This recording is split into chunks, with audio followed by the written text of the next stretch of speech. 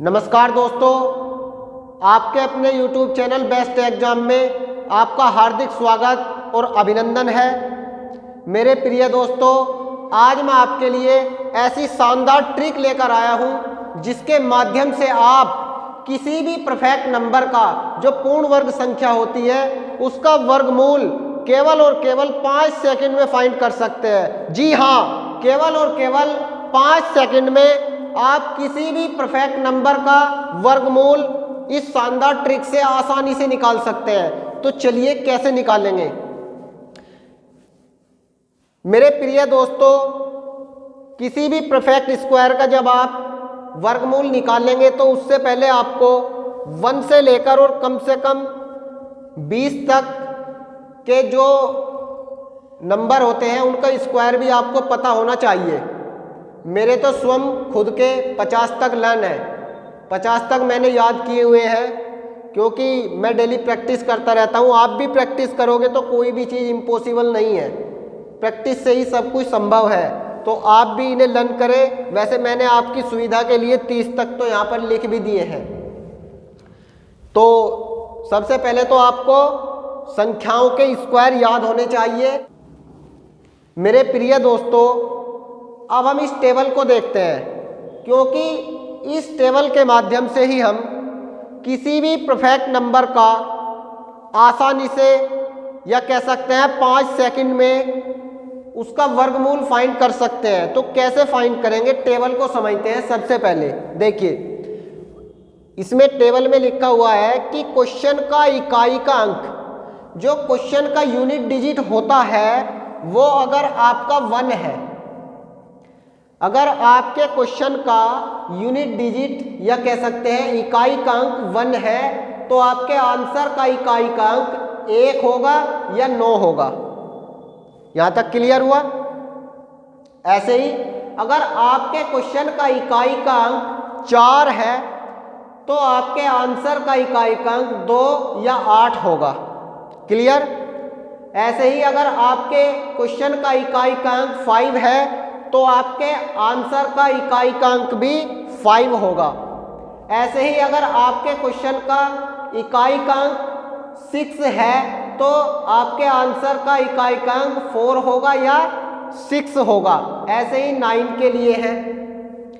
तो ये टेबल याद करनी आपको बहुत जरूरी है। ये टेबल आई कैसे, एक बार और बताऊं तो जैसे आपका 1 है, जब आप 1 का स्क्वायर करते हैं तो 1 आता है इकाई का अंक, और 9 का स्क्वायर करते हैं तो इकाई का अंक क्या आता है, 1, क्योंकि 9 निम 81 और 81 में इकाई का अंक 1 होता है। ऐसे ही जब आप 2 का स्क्वायर करते हैं तो 4 आता है, 8 का स्क्वायर करते हैं तो 64 आता है, 64 का इकाई का अंक 4 होता है। ऐसे ही 5 का जब आप स्क्वायर करते हैं तो आता है 25 और 25 का इकाई का अंक होता है 5। ऐसे ही जब आप 4 का स्क्वायर करते हैं तो आता है 16 और 16 का इकाई का अंक होता है 6। और ऐसे ही 6 का जब स्क्वायर करते हैं तो स्क्वायर करके आता है 36 और 36 का इकाई का अंक होता है 6। ऐसे ही जब आप 3 का स्क्वायर करते हैं तो इकाई का अंक आता है 9, और जब 7 का स्क्वायर करते हैं तो 49 और 49 का इकाई का अंक 9 होता है। ऐसे ये हमारी टेबल बनकर तैयार हुई है। यहाँ तक अगर क्लियर हुआ हो और आपको ये टेबल अगर समझ आई हो, आ गई हो, तो हमारी वीडियो को लाइक करें और कमेंट बॉक्स में ज़रूर बताएं। ठीक है मेरे प्रिय दोस्तों। तो अब हम चलते हैं अपनी मेन ट्रिक की ओर। ठीक है, अब चलते हैं ट्रिक की ओर, क्योंकि क्वेश्चन को, अपनी ट्रिक को क्वेश्चन में अप्लाई करेंगे तभी हमें पता लगेगा कि ये ट्रिक कैसी है। तो चलिए, सबसे पहले हमें निकालना है 2304। ये हमारी परफेक्ट स्क्वायर पूर्ण वर्ग संख्या है, इसका हमें वर्गमूल निकालना है। तो वर्गमूल निकालने के लिए सबसे पहले हमें पेयर में लेना है। लास्ट के 2 नंबर पेयर में हमें ले लेने हैं। तो लास्ट के 2 नंबर है 0, 4। तो अब हम देखते हैं, हमारे क्वेश्चन का इकाई का अंक 4 है। क्वेश्चन का इकाई का अंक 4 है। टेबल के अनुसार देखते हैं, क्वेश्चन के इकाई का अंक 4 है तो आंसर के इकाई का अंक क्या हो जाएगा, 2 और 8। 2 और 8। यहां तक समझ आया भाई? जब हमारे क्वेश्चन का इकाइकांक 4 है तो आंसर के इकाइकांक 2 होगा या 8 होगा। अब बचे ये 2 नंबर। ये 2 नंबर अब हमें देखने हैं कि ये किस किस के बीच में आते हैं, किस किस संख्या के स्क्वायर के बीच में आते हैं। तो 23 कहाँ कहाँ लाई करेगा? 23 16 के और 25 के बीच में लाई करता है। देखिए 23 4 के स्क्वायर के बीच में और 5 के स्क्वायर के बीच में लाई करता है, क्योंकि 16 के और 25 के बीच में आती है संख्या 23। तो अब हमें जब हमारा 16 और 25 के बीच में लाई करता है तो अपने आंसर में हमें इससे पहले वाली संख्या लिखनी है, यानी 4। हमेशा जब भी जो जिस संख्या के बीच में हमारी संख्या जो क्वेश्चन की संख्या है वो लाई करेगी तो हमें सबसे पहले वाली संख्या लेनी है, छोटे वाली संख्या लेनी है, बड़ी नहीं लेनी। ठीक है, तो छोटे वाली संख्या है 4, तो 4 को हमने यहाँ लिख लिया। अब हमें देखना है, अब हमारे पास 2 आंसर है, 42 है और 48 है। इनमें से कौन सा आंसर है? क्योंकि किसी संख्या के 2 तो आंसर हो नहीं सकते भाई। इसे हम क्वेश्चन को कर रहे हैं, किसी क्वेश्चन के 2 आंसर थोड़ा ही हो सकते हैं, एक आंसर होगा। तो वो कौन सा है? तो वो हमें देखना है 16 से 23 पास है। 23 किसके पास है? कुल मिला के बात तो ये है 23 किसके पास है। तो मुझे दिखाई दे रहा है साफ साफ 23 25 के ज़्यादा नज़दीक है। ठीक है, तो 25 23 से बड़ा है कि छोटा है? बड़ा है, तो आंसर हो जाएगा 48। ठीक है मेरे प्यारे दोस्तों, आंसर आपका हो जाएगा 48, क्योंकि 23 से बड़ा है 25, तो हमारा बड़ा ही आंसर हो गया। मेरे प्रिय दोस्तों, अब हम चलते हैं अपने क्वेश्चन नंबर 2 की ओर।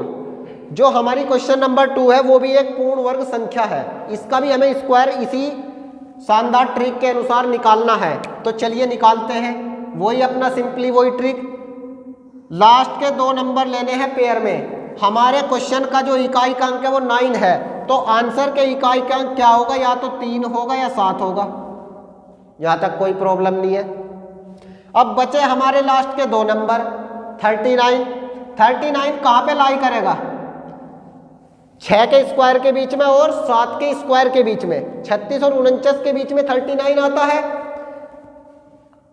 और उसके बाद अब हमें छोटी संख्या ले लेनी है भाई। 6 के स्क्वायर के बीच में आ रहा है और 7 के स्क्वायर के बीच में आना है, तो हमेशा हमें छोटी संख्या लेनी है। तो छोटी संख्या क्या है? 6, क्योंकि 6 के स्क्वायर के और 7 के स्क्वायर के बीच में ही तो हमारी संख्या 39 लाई कर रही है।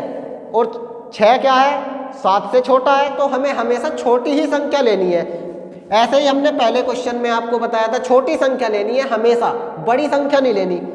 तो 63 और 67, फिर हमारे 2 आंसर आ गए। अब भैया इनमें तो लड़ाई होगी आपस में।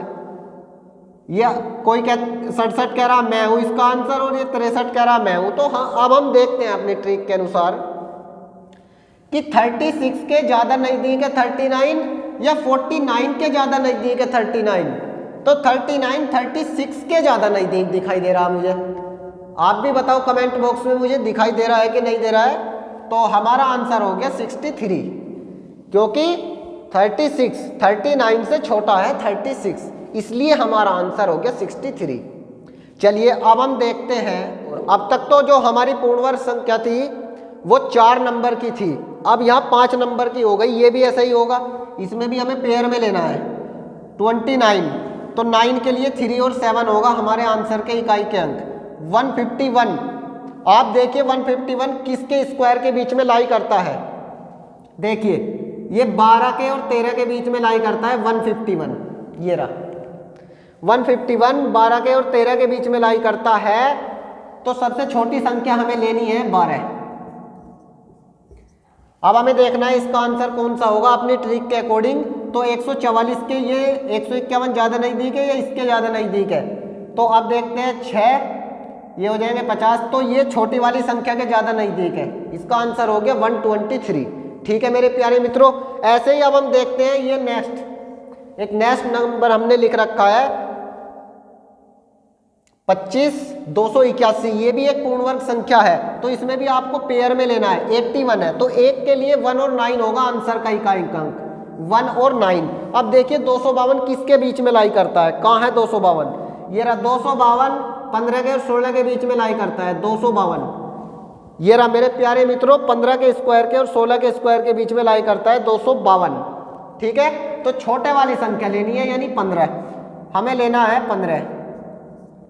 ठीक, तो अब दो आंसर आ गए, आंसर को अपने सेलेक्ट करना है। तो 225 के ज़्यादा पास है, 256 के ज़्यादा पास है, तो 256 के पास, 252 जो है वो 256 के ज़्यादा पास है, क्योंकि इधर 4 इसमें जोड़ेंगे तो 56 हो जाएगा। तो इसका आंसर हो गया 159। ठीक है मेरे प्यारे मित्रों, अगर आपको हमारी ट्रिक समझ आ रही हो, अच्छी लग रही हो, तो कृपया लाइक करें, शेयर करें, कमेंट करें। चलिए अब नेक्स्ट क्वेश्चन की ओर चलते हैं। चलिए मेरे प्यारे दोस्तों, अब हम चलते हैं अपने नेक्स्ट क्वेश्चन की ओर। अब तक तो प्यारे दोस्तों हमारी जो पूर्ण वर्ग संख्या थी वो केवल 5 नंबर की थी, लेकिन अब हमारी पूर्ण वर्ग संख्या हो गई 6 नंबर की। अब हमें पूर्ण वर्ग संख्या जो 6 नंबर की है, इसका हमें वर्गमूल फाइंड करना है। तो हमने आपको बताया था कि आपको 1 से लेके कम से कम 30 तक तो होने चाहिए, लेकिन मेरे खुद के 50 तक याद है, और आपको भी प्रैक्टिस करनी है, क्योंकि जब आप किसी बड़ी से बड़ी जो पूर्ण वर्ग संख्या है उसका वर्गमूल निकालने जा रहे हैं तो आपको ये हेल्प करेंगे वहाँ पे। ठीक है, फिर आपको ज़्यादा डिफ़िकल्टी झेलनी नहीं पड़ेगी, आप तुरंत ही आसानी से किसी भी पूर्ण वर्ग, बड़ी से बड़ी पूर्ण वर्ग संख्या का वर्गमूल तुरंत फाइंड कर सकते हैं। तो चलिए अब हम निकालते हैं। इसमें वही अपना पुराना मेथड पेयर में लेना है। तो आपका जो क्वेश्चन का इकाई का अंक है वो 9 है, तो 9 के लिए हमने बताया था आंसर में 3 और 7 होगा। क्या होगा, 3 और 7 होगा। अब बच गया 1274। 1274 किस किस संख्या के स्क्वायर के बीच में लाई करेगा, तो किस किस के बीच में लाई करेगा, देखते हैं हम किस किस के बीच में लाई करेगा। तो 35 का स्क्वायर होता है 1225 और 36 का स्क्वायर होता है 1296। तो अब हम देखते हैं जो 1274 है वो इसके बीच में लाई करता है कि नहीं कर रहा है। भाई 1296 से तो छोटा ही है 1274, तो इसके बीच में लाई कर रहा है। ठीक है, तो हमें पता है छोटे वाला लेना है, तो यहाँ पे आ जाएगा 35 और यहाँ भी आ जाएगा 35। ठीक है, तो अब हमें देखना है दोनों में से कौन सा इसका आंसर होगा। तो हमें देखना है यहाँ पर अगर हम जोड़ते हैं तो कम से कम 49 जोड़ने पड़ रहे हैं हमें, जब जाके 74 तक पहुँच पा रहे। ठीक, और यहाँ कितने में काम चल जाएगा, 6 80 22 ही जोड़ने पड़ रहे। तो हमारा जो 1274 है वो 1296 के ज़्यादा नज़दीक है। ठीक है मेरे प्यारे दोस्तों, तो हमारा जो आंसर होगा वो 357 होगा। ठीक है, अगर मेरे प्यारे मित्रों आपको हमारी ट्रिक अच्छी लगी हो तो कृपया लाइक करें, शेयर करें और हमें कमेंट बॉक्स में ज़रूर बताएं कैसी ट्रिक लगी। अब मैं आपको कुछ क्वेश्चन करने के लिए देता हूं होमवर्क, जिनके आपको आंसर कमेंट बॉक्स में देने हैं। मेरे प्यारे मित्रों, हमने आपको ये 4 क्वेश्चन दिए हैं, इनके आंसर आपको हमारी ट्रिक की सहायता से फाइंड करके इनके आंसर कमेंट बॉक्स में देने हैं। ठीक है प्यारे मित्रों, ये 4 क्वेश्चन है, आपको इनके आंसर कमेंट बॉक्स में बताने हैं, जिससे कि हमें पता लग जाए कि हमारी ट्रिक आपकी समझ आई है। ठीक है, तो हमारी वीडियो आपको कैसी लगी प्लीज़ कमेंट बॉक्स में ज़रूर बताना। मिलते हैं जल्दी ही। Thank you very much, see you soon.